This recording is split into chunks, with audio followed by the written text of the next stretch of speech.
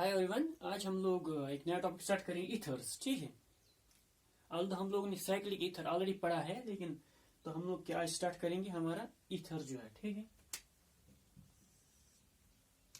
Ether का हम general formula देखेंगे ROR। ठीक है, ये हमारा ईथर का जनरल फार्मूला है। दो मीन्स बीच में एक ऑक्सीजन और दो साइड से दो अल्काइल ग्रुप और अराइल ग्रुप दोनों हो सकते हैं। ये मिक्स भी हो सकते हैं, प्योर भी हो सकते हैं। ठीक है, फॉर एग्जाम्पल अगर मेरे पास यहाँ से कोई अल्काइल होगा, यहाँ से अल्काइल हो सकता है। ठीक है, डिफरेंट अल्काइल भी हो सकता है, सेम अल्काइल भी हो सकता है, सिमेट्रिक भी हो सकता है, अनसिमेट्रिक भी हो सकता है। जिसके अगर इस साइड में C2H5 इस साइड में C2H5 तो सिमेट्रिक हो गया, इस साइड में CH3 इस साइड में C2H5 तो अनसिमेट्रिक हो गया। ठीक है, इस साइड में टर्शरी ब्यूटाइल इस साइड में तुम्हारा प्राइमरी C2H5। ठीक है, तो अलग अलग हो। इसी तरह हमारा ROAR कोई एरोमेटिक ग्रुप भी यहाँ से अटैच हो सकता है, तब भी ये ईथर है। ठीक है, इस तरह हमारे पास क्या हो सकता है, दो एरोमेटिक ग्रुप, इस साइड में है मेरा एरोमेटिक, इस साइड भी एरोमेटिक, बीच में हमारा ऑक्सीजन। तो ये डिफरेंट टाइप के हमारे ईथर बन सकते हैं, symmetrical, unsymmetrical, mixed, pure means purely alkyl होगा, वो मिक्स है यहाँ पे, अल्काइल अराइल, प्योर अराइल है। ठीक है, तो डिफरेंट टाइप्स के हमारे, तो हम लोग अल्कोहल अल्केन हम लोग इनका नॉमेनक्लेचर देते हैं, वो हम लोग डिटेल में नहीं पढ़ेंगे नॉमेनक्लेचर, हम लोग का जो मेन इसका प्रॉपर्टी। अब हम इसका स्ट्रक्चर थोड़ा डिस्कस करेंगे। अल्कोहल का अगर हम लोग स्ट्रक्चर देखेंगे, सॉरी ईथर्स का, तो ईथर मॉलिक्यूल क्या है अगर हम लोग यहाँ पे देखेंगे, R एंड R। ठीक है, फॉर एग्जाम्पल अगर मैं R को रिप्लेस करूंगा अभी CH3 से, तो मैं ऐसे लिख सकता CHH, इसको भी मैं R को CH3 से रिप्लेस कर या C2H5 से रिप्लेस करता हूं, कोई प्रॉब्लम नहीं है। H एंड H, ये हमारा होगा मिथॉक्सी इथेन, मिथॉक्सी मीथेन। ठीक है, अगर यहाँ पे देखेंगे, यहाँ पे जैसे अगर हम लोग कंपेयर करेंगे वाटर के साथ, वाटर से क्या हुआ है, यहाँ पे डिफरेंस क्या है, यहाँ पे मेरा अल्काइल ग्रुप और अराइल ग्रुप है, यहाँ पे सिंपल हाइड्रोजन है। यहाँ पर मेरा लोन पेयर ऑफ इलेक्ट्रॉन रहते हैं, दो लोन पेयर ऑफ इलेक्ट्रॉन रहते हैं। यहाँ पर भी मेरा क्या होता है, यहाँ पर भी हमारा लोन पेयर ऑफ इलेक्ट्रॉन रहते हैं, दो लोन पेयर ऑफ इलेक्ट्रॉन्स रहते हैं। ठीक है, इसका भी हाइब्रिडाइजेशन क्या होता है, इसका होता है सॉरी sp3, इसका हाइब्रिडाइजेशन sp3, और इसका भी हाइब्रिडाइजेशन हमारा क्या होता है, इसका भी हाइब्रिडाइजेशन sp3 होता है। तो इसका मतलब चार ऑर्बिटल इन्वॉल्व है, एक ऑर्बिटल ये हो गया, दूसरा ऑर्बिटल ये हो गया, और दो ऑर्बिटल इनके जहां पे हमारा loan pair of electron present है। ठीक है, यहां तक क्लियर, sp3 हाइब्रिडाइजेशन। अब यहाँ पे जो बॉन्ड एंगल होता है वाटर में, कितना होता है बॉन्ड एंगल, 104.5 डिग्री, लेकिन यहाँ पे बॉन्ड एंगल क्या है, इससे थोड़ा बड़ा है, तो यहाँ पे 110 है, 110 डिग्री है, किसमें, ईथर में। क्यों, क्योंकि यहाँ पे सिंपल छोटे अल्का सॉरी यहाँ पे हाइड्रोजन है, तो छोटा है, तो हाइड्रोजन हमारा छोटा है, ये भी हाइड्रोजन छोटा है, तो जो लोन पेयर इलेक्ट्रॉन रिपल्शन कर रहे हैं तो उनको कंप्रेस कर रहे हैं, तो इसलिए यहाँ पे 104 हो। लेकिन यहाँ पे क्या है, यहाँ पे हमारा अल्काइल ग्रुप क्या है, बल्कि अल्काइल ग्रुप है, इस साइड में हमारा बल्कि अल्काइल ग्रुप्स है। लेकिन अब यहाँ पे क्या करें, जो लोन पेयर इलेक्ट्रॉन हमारे दो है ऑप्शन पे, तो जब रिपल कर रहे हैं, क्योंकि हमारा एक bone pair repulsion is less than bone pair lone pair, that is less than lone pair, तो लोन पेयर का रिपल्शन ज्यादा होगा, तो उसकी वजह से ये उतना कंप्रेस नहीं हो पाएगा, इसलिए यहाँ पे एंगल कितना रहता है, इससे थोड़ा ज्यादा होता है, क्योंकि यहाँ पे बल्कि अल्काइल ग्रुप से, तो उतना स्ट्रांगली कंप्रेस नहीं हो पाएगा यहाँ पे। ठीक है, तो इसलिए एंगल इतना कितना है, 110 डिग्री है। ठीक है, यहाँ तक क्लियर है, आगे बढ़ते हैं। अब यहाँ पे अगर हम लोग देखेंगे ईथर का, तो यहाँ पे क्या, इसका कुछ डायपोल मोमेंट होता है, it has non zero dipole moment, means mu is not equal to zero, तो वो किसके बराबर होता है, 1.3 अप्रोक्सीमेटली 1.3 डिबे। तो इसका डायपोल मोमेंट कितना होता है, 1.3 डिबे। ओके, यहाँ तक क्लियर। अब इसका डायपोल कैसे हम लोग एक्सप्लेन करेंगे, फॉर एग्जाम्पल अगर मेरे पास यहाँ पे ऑक्सीजन है, यहाँ पे CH3 है, यहाँ पे मेरा CH3 है, ये एक लोन पेयर इस साइड में, ये एक लोन पेयर इस साइड में। ठीक है, अगर हम लोग अब डायपोल मूवमेंट का वेक्टर दिखाएंगे, तो कैसे दिखाते हैं, फ्रॉम पॉजिटिव टू नेगेटिव। क्यों, क्योंकि ऑक्सीजन और कार्बन में ऑक्सीजन हमारा ज्यादा इलेक्ट्रोनेगेटिव है, तो वेक्टर उसी साइड में दिखाएगा। ठीक, इस तरह यहाँ पे फ्रॉम पॉजिटिव टू नेगेटिव, यहां से हम लोग दिखाएंगे इन दोनों pair from positive to negative, from positive to negative, तो ओवरऑल इनका डायपोल मूवमेंट इस डायरेक्शन में दिखाया जाएगा। तो वो किसके बराबर होता है, वो होता है 1.3 डिबे। ठीक है, तो इनका डायपोल मोमेंट वाटर ओवर किससे, हमारा वाटर और अल्कोहल से लेस होता है इनका। अगर हम लोग डायपोल मोमेंट देखेंगे तो वाटर का ज्यादा होता है, उसके बाद हमारा अल्कोहल का होता है, उसके बाद हमारा ईथर्स का होता है डायपोल मोमेंट। ठीक है, जनरली यहाँ तक है। अब डायपोलमेंट से क्या पता चलता है, हमारा जो क्या है, जो हमारा इथर है, इथर क्या है, वो पोलर इन नेचर। इसका मतलब यहाँ पे क्या है, इस पोलर इन नेचर। जब डायपोलमेंट कुछ आया तो they are polar in nature, polar in nature. Polar का मतलब इनका कुछ पर्टिकुलर डायपोलमेंट होगा, ठीक है। यहां तक भी क्लियर। आगे बढ़ते हैं। अब यहाँ पे जो इसका पोलर नेचर होगा तो इसी इनको जो इथर्स हमारे होते हैं वो सॉल्वेंट यूज है, जैसे आपका THF टेट्राहाइड्रोफ्यूरेन, जो इसे ये सॉल्वेंट है, यूज होता है THF टेट्राहाइड्रोफ्यूरेन। इसी तरह इथर हमारा डाइथर इथर C2H5O C2H5 हम लोग इथर यूज करते हैं, ठीक है, फॉर ऑर्गेनिक सॉल्वेंट्स डिसॉल्व करने के लिए। इसका मतलब क्या हुआ, ये जो हमारा इथर है वो हमारा पोलर एंड अप्रोटिक सॉल्वेंट है। क्या है, this is polar and polar है because of dipole moment and aprotic. Aprotic means इसमें कोई प्रोटॉन, जैसे हमारे पास वाटर है, वाटर हमारा पोलर एंड प्रोटिक सॉल्वेंट है। इसी तरह मिथेनॉल हमारा पोलर एंड प्रोटिक सॉल्वेंट है। लेकिन यहाँ पे क्या है, this is polar and aprotic solvent. Polar means because of development और अप्रोटिक मीन्स इसके पास कोई प्रोटॉन नहीं होता ये लूज करने के लिए, इसलिए इसको कंसिडर किया जाता है, ये हमारा जो इथर होता है वो इनर्ट सॉल्वेंट माना जाता है। क्या माना जाता है, inert solvent. It is not so much reactive, ठीक है, यहां तक क्लियर। अब इसका अगर हम लोग डिस्कस करेंगे, इसका क्या बॉइलिंग पॉइंट, स्ट्रक्चर से हम लोग का यहाँ से क्या निकलेगा, यहाँ से हम लोग का इसका फिजिकल प्रॉपर्टीज निकलेगा। फिजिकल प्रॉपर्टी में सबसे हम लोग पहले क्या देखेंगे, बॉइलिंग पॉइंट। इन अगर हम लोग इथर्स को कंपेयर करेंगे इथेनॉल के साथ, अगर हम लोग इथर्स को कंपेयर करेंगे किसके साथ, हमारा अल्कोहल्स के साथ, तो हमारा इथर्स का क्या होता है, बॉइलिंग पॉइंट हमारा लेस होता है एज कम्पेयर अल्कोहल्स। अल्कोहल्स का बॉइलिंग पॉइंट क्या होता है, अल्कोहल्स का बॉइलिंग पॉइंट बहुत ज्यादा होता है, ठीक है। उसका रीजन क्या है, because of intermolecular hydrogen bonding, intermolecular hydrogen bonding, ठीक है। इसका मतलब इथर्स में हमारा हाइड्रोजन बॉन्डिंग नहीं होता है, लेकिन अल्कोहल्स में हमारा हाइड्रोजन बॉन्डिंग होता है। तो उस हाइड्रोजन बॉन्डिंग की वजह से अल्कोहल्स का क्या होता है, जैसे मैंने पहले ही प्रीवियस लेक्चर्स में बोला है कि तो बॉइलिंग जैसे हमारा हाइड्रोजन बॉन्डिंग होगा तो उसकी वजह से क्या होगा, बॉइलिंग पॉइंट इंक्रीज होगा। इसका क्या है, इसका बॉइलिंग पॉइंट बहुत कम होता है, बिकॉज यहाँ पे इथर मॉलिक्यूल्स आपस में हाइड्रोजन बॉन्ड नहीं कर सकते। हाइड्रोजन बॉन्ड करने के लिए क्या क्या क्राइटेरिया है, एक तो सबसे पहले क्या होना चाहिए, हाइड्रोजन बॉन्ड डोनर। ये अगर हमारे पास कोई इलेक्ट्रोनेगेटिव एटम है और हाइड्रोजन बॉन्ड डोनर होता है, और इसी इलेक्ट्रोनेगेटिव एटम के पास क्या होना चाहिए, इलेक्ट्रॉन पेयर होना चाहिए। इसका मतलब ये हाइड्रोजन बॉन्ड एक्सेप्टर, तो दोनों होने चाहिए, तभी मॉलिक्यूल एक मॉलिक्यूल में आपस में क्या होना होगा, हाइड्रोजन बॉन्डिंग होगा। अगर हम लोग इथर का स्ट्रक्चर देखेंगे, ROR, यहाँ पे लोन पेयर ऑफ इलेक्ट्रॉन, यहाँ पे लोन पेयर ऑफ इलेक्ट्रॉन, यहाँ तो क्या हाइड्रोजन बॉन्ड डोनर है ही नहीं। यहाँ पे जब हाइड्रोजन बॉन्ड डोनर नहीं है, ओनली हाइड्रोजन बॉन्ड एक्सेप्टर है, तो इसका मतलब आपस में यहाँ पे हाइड्रोजन बॉन्ड नहीं होगा, क्योंकि एक हाइड्रोजन बॉन्ड आपस में मॉलिक्यूल्स में होने के लिए दोनों क्या चाहिए, हाइड्रोजन बॉन्ड एक्सेप्टर भी चाहिए, हाइड्रोजन बॉन्ड डोनर भी चाहिए, ठीक है। लेकिन ओनली यहाँ पे क्या प्रेजेंट, हाइड्रोजन बॉन्ड, और उसकी वजह से आपस में इथर मॉलिक्यूल्स आपस में हाइड्रोजन बॉन्ड नहीं करेंगे, इसलिए उनका क्या होता है, बॉइलिंग पॉइंट कम होता है। लेकिन इथर मॉलिक्यूल्स किसके साथ हाइड्रोजन बॉन्ड करेंगे, वाटर के साथ भी कर सकते हैं और अल्कोहल के साथ भी कर सकते हैं, ठीक है। तो इसका मतलब क्या हुआ, बॉइलिंग पॉइंट इनका कम क्यों है, क्योंकि फॉर एग्जाम्पल अगर हम लोग इसका देखेंगे,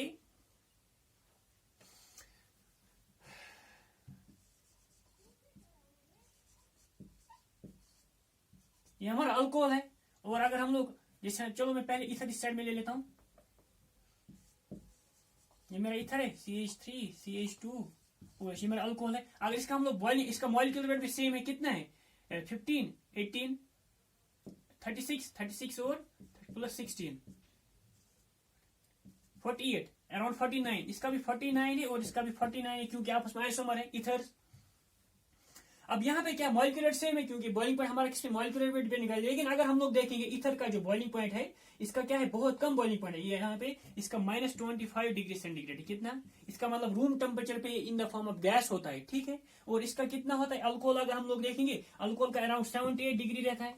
इसका मतलब हाई बॉइलिंग पॉइंट इसका कितना, -25 डिग्री सेंटीग्रेड, इसका कितना 78 मींस एट रूम टेम्परेचर क्या होता है, ये गैस फॉर्म में होता है। इसका मतलब उसका रीजन क्या है, बिकॉज ऑफ ये आपस में इथर मॉलिक्यूल्स हाइड्रोजन बॉन्ड नहीं कर सकते, क्योंकि इसके पास only hydrogen bond acceptor, hydrogen bond donor नहीं। लेकिन ये क्या कर सकते हैं, दूसरे मॉलिक्यूल के साथ ये हाइड्रोजन बॉन्ड कर सकते हैं। उसकी वजह से क्या होता है कि जब ये दूसरे मॉलिक्यूल के साथ, जैसे क्या होता है, हमारे पास अल्कोहल है, वाटर है, तो उनके साथ ये हाइड्रोजन बॉन्ड करेगा। अगर उनके साथ हाइड्रोजन बॉन्ड करेगा, इसका मतलब क्या हुआ, ये उनमें मिसिबल है। तो अगर हम उनका सॉल्युबिलिटी देखेंगे, सॉल्युबिलिटी देखेंगे, ये हमारे जो इथर्स होते हैं, इथर्स हमारे मिसिबल होते हैं, किसमें, हमारे वाटर में भी मिसिबल होते हैं जो लोअर मॉलिक्यूलर वेट हमारे वाटर में भी होते हैं और हायर मॉलिक्यूलर वेट हमारे इथेनॉल में होते हैं। लोअर हमारे किस में होते हैं?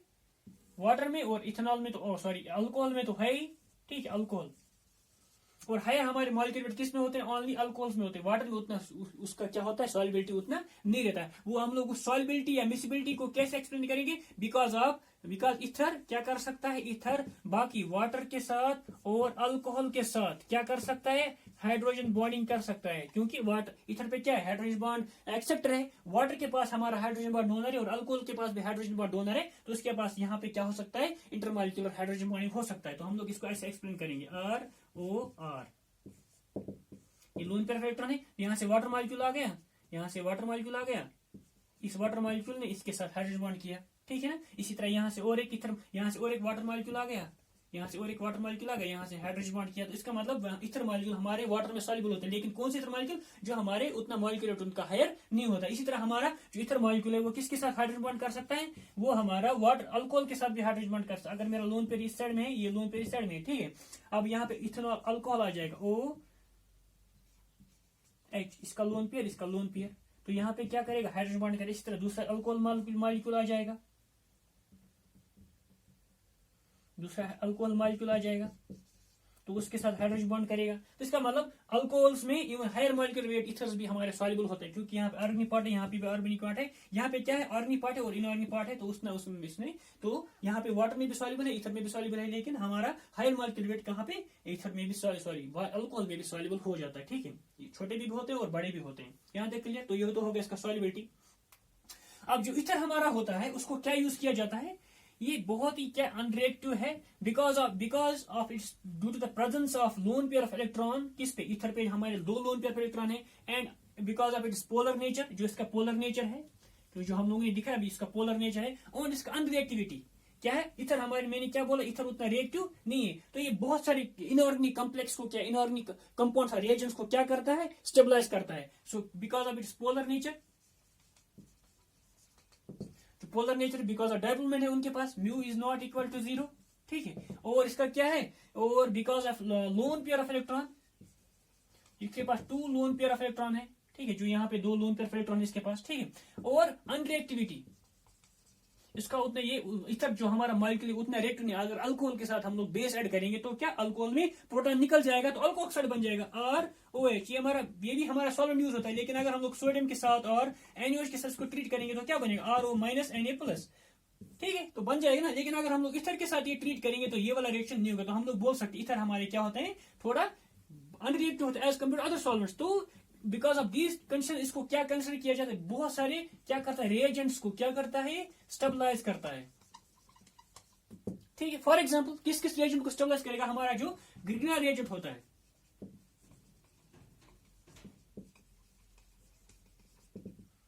जो हमारा ग्रिग्ना रिएजेंट होता है उसमें क्या होता है? जब हमारा RMgx बन जाता है, क्या मेरा RMgx, अगर हम लोग क्या करते हैं तब यूज? हम लोग करते हैं RX के साथ मैग्नीशियम और किसमें? इथर सॉल्वेंट में। अगर यहाँ पे इथर हम लोग नहीं यूज करेंगे तब हमारा ग्रीनर रिएजेंट बनेगा ही नहीं।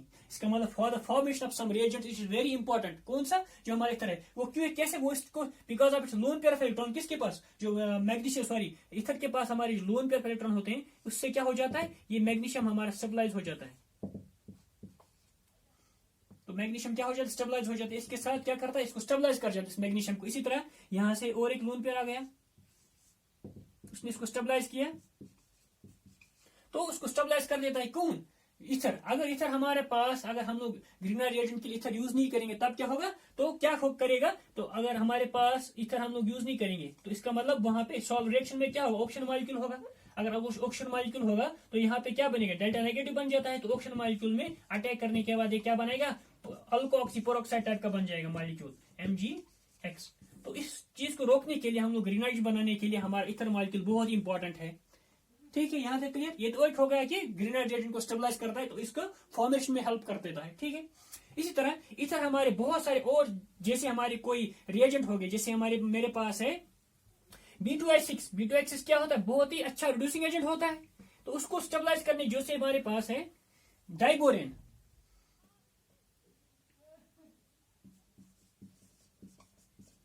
या हम लोग BH3 लिखते हैं। BH3 किस फॉर्म में होता है? डाइमर फॉर्म में होता है, ये इसके डाइमर फॉर्म में होता है, ठीक है। तो ये क्या होता है? ये बहुत ही टॉक्सिक होता है, फ्लेमेबल होता है, मतलब और इनकन्वीनियंट टू यूज। अगर हम लोग को ये क्या होता है, in the form of gas रहता है, तो गैस को रिएक्शन में पर्निश करना बहुत डिफिकल्ट होता है लेबोरेटरीज में।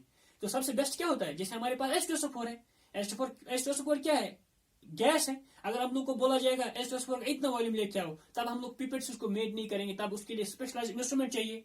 लेकिन हमारे पास H2SO4 क्या होता है? वाटर में उसको डिजोल्व किया जाता है, उसकी वजह से क्या हो जाता है? वो लिक्विड फॉर्म में होता है, तब हम लोग इजीली उसको कन्वीनियंट यूज करते हैं। इसका मतलब अगर हम लोग B2H6 गैस है तो इनकन्वीनियंट टू यूज। अगर मुझे रिडक्शन करना है B2H6 से, ठीक है, तो मुझे क्या होगा? बहुत इनकन्वीनियंट, बहुत ही मुझे क्या करना पड़ेगा? तैयारी करनी पड़ेगी, इसके लिए कोई स्पेशलाइज्ड इंस्ट्रूमेंट लाना पड़ेगा, गैस जहां से वो क्या करेगा? इन्फ्लक्स करेगा रिएक्शन मीडियम में। तो इसके लिए क्या है? इसका मतलब अनकन्वीनियंट है, इनकन्वीनियंट है फॉर द यूज। तो इसलिए इसको क्या करते हैं? B2H को हम लोग किसके साथ ट्रीट करते हैं? टेट्राहाइड्रोफ्यूरेन। जैसे मेरे पास है B2H6 डाइबोरेन, तो हम लोग THF के साथ इसको क्या करते हैं? स्टेबलाइज करते हैं। ये हमारा THF है, इथर है ना, इथर है, ये साइक्लिक इथर है, तो इसको स्टेबलाइज करेगा। ये कैसे स्टेबलाइज करेगा? जैसे मेरे पास BHHH ये ल्यूइस एसिड होता है, और ऑक्सीजन पे क्या है? तो मैंने क्या बोला? Loan pair of electron because of polar nature, और लोन पेयर ऑफ इलेक्ट्रॉन की वजह से क्या करता है? बहुत सारी चीजों, बहुत सारे रिएजेंट को स्टेबलाइज करता है, बहुत सारे रिएजेंट्स को हेल्प करता है फॉर्मेशन में। अब यहां से क्या आ गया? कॉम्प्लेक्स आ गया, तो ये अपना लोन पेयर ऑफ इलेक्ट्रॉन इसको दे देगा, तो इस पे क्या आएगा? नेगेटिव पे चार्ज आएगा +2। तो ये हमारा क्या हो गया? ये हमारा सोल्यूशन बन गया। ये गैस था, ये लिक्विड था। अब हम लोग ने गैस को लिक्विड में डिजोल्व किया, तो हमारा क्या बन गया? BH3। BH3 ऐसे क्या था? बहुत ही टॉक्सिक था, इनफ्लेमेबल था, ठीक है, और बहुत ही क्या करोज नहीं है, इनफ्लेमेबल है एंड इनकन्वीनियंट यूज। तो हम लोग इजिली इसको 1 मोलर सोल्यूशन बना सकते हैं। जैसे हम लोग H2SO4 क्या होता है? 15 मोलर, 30 मोलर, ठीक है। इस तरह हम लोग इसका भी सोल्यूशन बना के यूज कर सकते हैं फॉर रिडक्शन ऑफ पनी, जो हम लोग का रिडक्शन करना होगा, या जिसमें इस टाइप का हम लोग का रिडक्शन होगा B2H6 से, ठीक है। इसका मतलब ये बहुत सारे रिएजेंट को क्या करता है? इथर जो हमारा है, बहुत सारे रिएजेंट को स्टेबलाइज भी कर सकता है। इसी तरह BF3 भी हमारा क्या? ल्यूइस एसिड है, तो बहुत सारे रिएक्शंस के लिए यूज होता है। तो इसी BF3 को भी हम लोग किसके साथ स्टेबलाइज करते हैं? OC2H5, ये भी हमारा क्या? इथर है। तो ये क्या है? जब ये क्या है? बहुत ही स्ट्रॉन्ग ल्यूइस एसिड है, मींस इलेक्ट्रॉन डेफिशिएंट है। जब इलेक्ट्रॉन डेफिशिएंट है तो अपना लोन पेयर इसको दे देगा, तो यहाँ पर भी एक कॉम्प्लेक्स बनाएगा BFFF, ठीक है। और यहाँ पे किसके साथ? C2H5 के साथ माइनस के बाद प्लस, तो ये भी एक कॉम्प्लेक्स बन गया। इसका भी हम लोग यूज कर सकते हैं, ठीक है। तो ये भी हमारा क्या है? गैस के फॉर्म में होता है, इनकन्वीनियंट यूज है, टॉक्सिक होता है, फ्लेमेबल होता है। तो इसके लिए इसको भी हम लोग सोल्यूशन में डिसॉल्व करने के बाद ये कॉम्प्लेक्स बनाए, तो हाईली स्टेबल कॉम्प्लेक्स होते हैं। तो हम लोग इजीली इसको ट्रांसपोर्ट भी कर सकते हैं और यूज भी कर सकते हैं लेबोरेटरीज में, ठीक है। ये तो हो गया। और इसी तरह हमारे बहुत सारे क्या होते हैं? इनऑर्गेनिक हमारे साल्ट्स होते हैं, उनको स्टेबलाइज भी कर देता है। जो आप लोगों ने नाम सुना होगा क्राउन ईथर्स। क्राउन ईथर क्या है? ईथर का ही फॉर्म है एक, लेकिन मैक्रोसाइक्लिक ईथर है वो। तो वो क्या करते हैं? बहुत सारे इनऑर्गेनिक हमारे सॉल्ट जो होते हैं, जो हमारे इनऑर्गेनिक सॉल्ट किस में सॉल्युबल होंगे? वो वाटर में सॉल्युबल होंगे, लेकिन वो ऑर्गेनिक सॉल्ट में सॉल्युबल नहीं होंगे। तो हम लोग क्या कर सकते हैं? इन ईथर को यूज करके हम लोग इनऑर्गेनिक सॉल्ट को किस में डिसॉल्व कर देते हैं? ऑर्गेनिक सॉल्वेंट्स में भी उसको हम लोग मिक्सिबल करा सकते हैं, सॉल्युबल करा सकते हैं, अगर हम लोग को कोई पर्टिकुलर रिएक्शन करना पड़ेगा। क्राउन ईथर्स, जैसे अगर मेरे पास एक साल्ट है पोटेशियम फ्लोराइड, लेकिन ये किसमें है? ये एक ऑर्गेनिक सॉलिड में सॉल्युबल नहीं होगा, ये सॉल्युबल नहीं होगा ऑर्गेनिक सॉलिड में। तो मैं क्या करूंगा? अगर मैं एस्ट्रोनाइट्राइल लेके आऊंगा CH3CN, तो इसमें ये क्या होगा? KF CH3CN क्या है? हमारा ऑर्गेनिक सॉल्वेंट है, लेकिन KF इसमें सॉल्युबल नहीं होगा। तो मैं यहाँ पे क्या करूंगा? KF को किसके साथ ट्रीट करूंगा? हम लोग इसको ईथर के साथ ट्रीट करेंगे, कोई माइक्रोसाइक्लिक ईथर। जैसे मेरे पास किसको क्या स्टेबलाइज करता है? हम लोगों के पास अलग अलग से माइक्रोसाइक्लिक होते हैं। अगर मेरे पास लिथियम को स्टेबलाइज करने के लिए क्या होता है? उसको हम लोग बोलते हैं 12 crown lithium, 12 crown lithium plus, means 12 crown means total number of carbon atoms यहाँ पे कितने होंगे? 12 होंगे। तो यहाँ पे कितना होगा? अगर हम लोग कार्बन एटम्स ऑक्सीजन एटम्स कितने होंगे यहाँ पे? तो यहाँ पे हमारा अगर 1 2 3 4 2 4 6 8 1 2 3 4 5 6 7 8 9 10 11 12, तो आ गए 12 आ गए, क्योंकि ऑक्सीजन को लेके टोटल कितने एटम्स आ गए? 1 2 कार्बन, 4 कार्बन, 6 कार्बन और 8 कार्बन, 8 और 4 ऑक्सीजन कितने होंगे? 12। तो इसलिए यहाँ पे 12 लिखा है, क्राउन और लिथियम आएगा बीच में। इसका जो कैविटी होता है उसमें क्या फिट हो जाता है? ये एक कैविटी टाइप का होता है, जैसे हमारे पास अंगूठी है, अंगूठी आप लोग मानिए क्राउन ईथर, ठीक है। अब जो अंगूठी जिसमें फिट हो रहा है इसका मतलब लिथियम है, तो इजिली यहाँ पे जैसे यहाँ पे है ये आपको लिथियम मानी इजिली इसमें फिट हो रही है। हमारा क्राउन इथर इसमें एक वाइट टाइप का होता है तो इसमें इजिली फिट हो जाता है, ठीक है। तो जब हम लोग KF इसमें डालेंगे, इसी तरह हमारा क्या होता है, जो हमारा पोटेशियम वाला होता है ये तो लिथियम को स्टेबलाइज करेगा। इसी तरह हमारे पास अगर 15 क्राउन ईथर वो सोडियम को करेगा, और 18 क्राउन ईथर हमारा किसको स्टेबलाइज करेगा, 18 क्राउन हमारा पोटेशियम को स्टेबलाइज करेगा। हम लोग लिखते हैं ये तो 14 हो गया, हम लोग लिखेंगे 18 क्राउन पोटेशियम। इसका मतलब टोटल नंबर ऑफ एटम्स कितने होंगे, 18 होंगे, और ऑप्शन कितने होंगे वहां पे 6, 1 2 3 4 5 6। अब बीच में इनको डबल दो दो हाइड्रोजन, दो ऑक्सीजन, दो कार्बन एटम्स, तो टोटल नंबर ऑफ एटम्स कितने होंगे 18, और ऑक्सीजन को लेके तो इसको हम लोग क्या बोलते हैं 18 क्राउन। तो पोटेशियम को स्टेबलाइज करेगा ये सब, because of lone pair of electron on this ether molecule. ये सब क्या ईथर मॉलिक्यूल है, साइक्लिक ईथर है, ठीक है। तो इसको इजीली स्टेबलाइज करें। जैसे हम लोग पोटेशियम साइनाइड को इसमें डालेंगे, पोटेशियम फ्लोराइड को, तो ये क्या होगा, पोटेशियम को बीच में लाएगा और फ्लोराइड बाहर निकल गया। तो फ्लोराइड जब इसकी मीडियम में रहेगा, जब हम लोग इसका मतलब इसको उठा के हम लोग किस में डालेंगे, एस्ट्रोल नाइट्राइल में, तो इजिली सॉल्युबल हो जाएगा। तो हम लोगों ने देखा कैसे हम लोग ईथर को यूज कर सकते हैं, और इसलिए इससे पहले ईथर यूज होता है, एनेस्थीसिया यूज होता था ईथर। बहुत सारे केमिकल प्रॉपर्टी फिजिकल प्रॉपर्टीज हम लोग ने देखा डेवलपमेंट। तो इसलिए हम लोग नेक्स्ट में हम लोग अभी देखेंगे क्या इसका केमिकल प्रॉपर्टीज कैसे हम लोग सिंथेसाइज करेंगे, ठीक है। Thank you.